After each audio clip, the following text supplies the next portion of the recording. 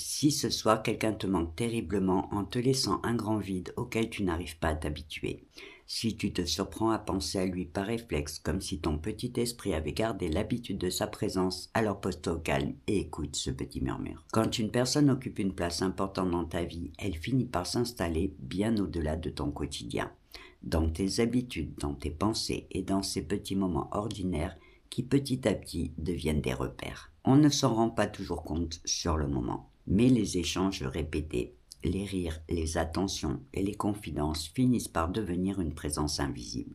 Et lorsque cette relation s'arrête subitement, que ce soit après une perte ou une rupture, ce n'est pas simplement cette personne qui disparaît, mais aussi tous nos repères qui se retrouvent bouleversés. Ces moments où tu avais l'habitude de lui parler te manquent. Tes pensées qui allaient naturellement vers l'autre se retrouvent sans destination. Et c'est là que naît ce sentiment douloureux du manque et ce grand vide qui prend trop de place. Mais dis-toi que ressentir ce manque n'est pas un signe de faiblesse ni un signe de dépendance, mais simplement la preuve que cette relation a beaucoup compté pour toi. Du point de vue neuroscientifique, notre petit cerveau émotionnel et notre petit cœur ne se détachent pas aussi facilement des personnes auxquelles ils se sont attachés. Chaque échange et chaque interaction a créé des connexions dans notre mémoire émotionnelle. Des habitudes se sont installées, des attentes se sont construites et des repères se sont renforcés. Au final, ton petit cerveau émotionnel s'est habitué à cette présence comme à un petit rendez-vous régulier dans ta journée.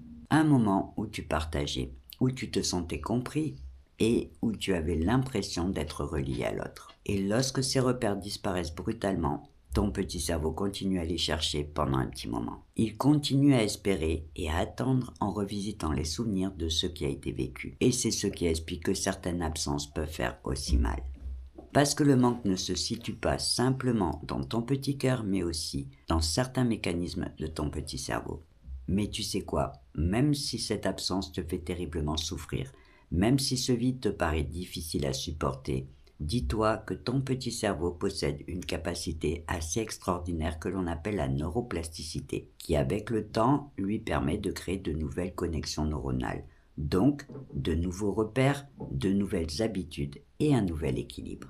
Et pour l'aider dans ce processus, tu peux faire quelques petits gestes simples qui apaiseront ce que tu ressens. Alors ce soir, commence par accepter tes émotions sans chercher à les effacer trop vite. Dis-toi par exemple que ta tristesse n'est pas un problème à résoudre, mais juste une étape que ton petit cœur a besoin de traverser pour se réparer.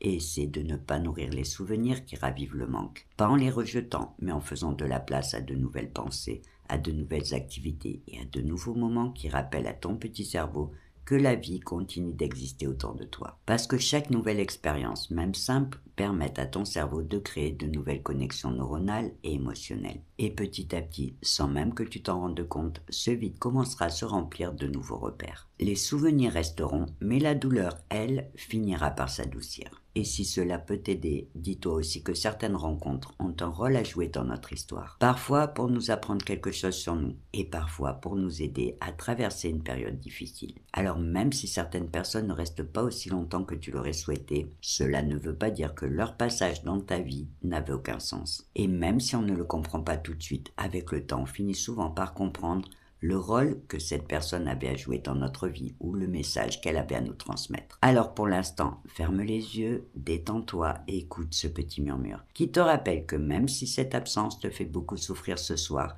ton petit cœur a déjà en lui la capacité de se guérir doucement avec le temps.